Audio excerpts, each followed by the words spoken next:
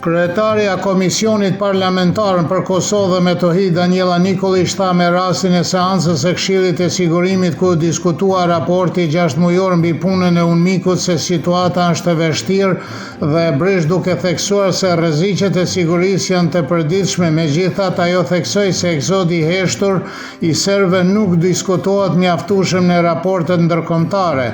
Nikolić tha për radio televizionin e Serbisë se situata e sigurisë është e paqëndrueshme dhe rënduar nga incidente të shpeshta dhe deklaroi se vetëm në vitin 2025 janë regjistruar 137 sulme me motive etnike, ndërsa 4 vitet e fundit ky numër të i kalon 700.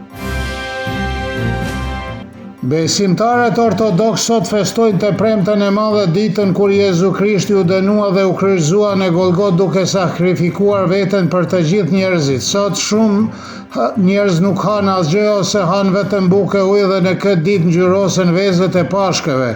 Tradicionalisht vezët ngjyrosen me të kuqe, por mund të dekorohen edhe ndryshe dhe veza e parë e kuqe quhet roja e shtëpisë dhe mbahet në një vend të veçantë në mënyrë që të mos thyet. Në kishat ortodokse në shërbesat e mbrëmjes në këtë ditë shënohet koha e vdekjes dhe heqjes së trupit të Krishtit nga kryqi, kur një qefin vendoset në një tavolinë të dekoruar posaçërisht përpara altarit, i cili përfaqëson simbolikisht varrin e Krishtit.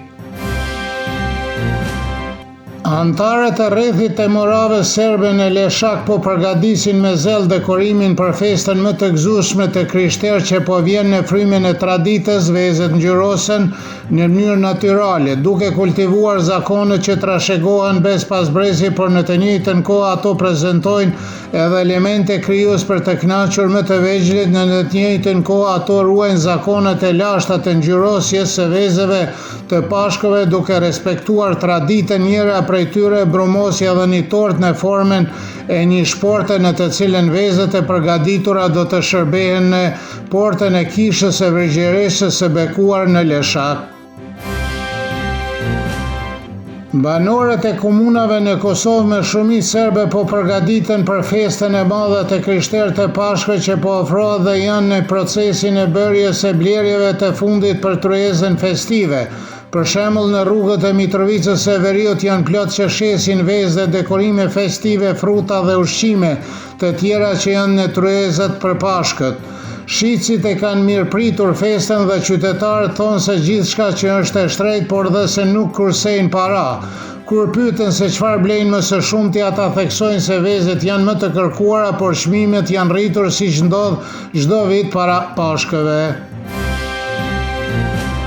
Projektligji përfshir edhe atë për çmimet maksimale, lojërat mesdhetare, strehimi social dhe sigurimet shëndetësore nuk u përfshin sot në rendin e ditës së seancës së Kuvendit të Kosovës, sepse opozita refuzoi të miratojë ndryshimin e rendit të ditës. Kryetari i grupit parlamentar të PDK-s Arjan Tahiri deklaroi se këto projektligje nuk janë urgjente, ndërsa kolegja e tij nga LDK-ja Jehona Lushaku Sadriu vlerësoi se përfshirja këtyre projektligjeve në rendin e ditës është e pajustifikuar.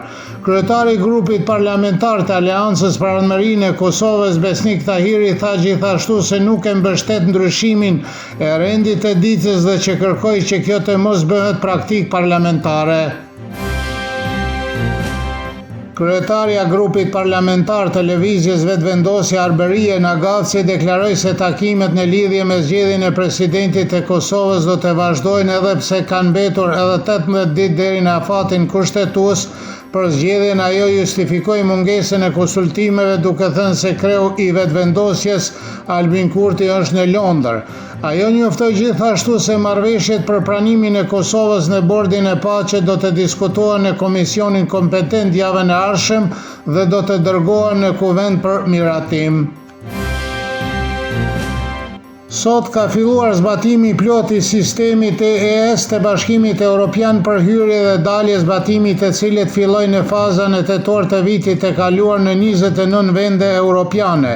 Të dhënat biometrike nga dokumentet e udhëtimit ruhen në sistemin për 3 vjet. Në muajt e kaluar sistemi u aplikua në mënyrë selektive dhe zbatimi i plot solli qëndrime më të gjata në piket kufitare, si dhe kontroll të rreptë të kohëzgjatjes së qëndrimeve të shkurtara në vendet që u aplikua sistemi.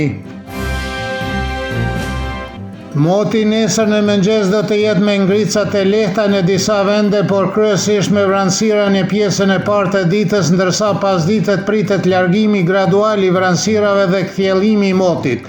Do të fryerë dop mesatare veri perëndimore, temperatura mëngjesi do të sillet nga 2 deri në 7, kurse ajo maksimale ditore nga 14 deri në 17 gradë Celsius.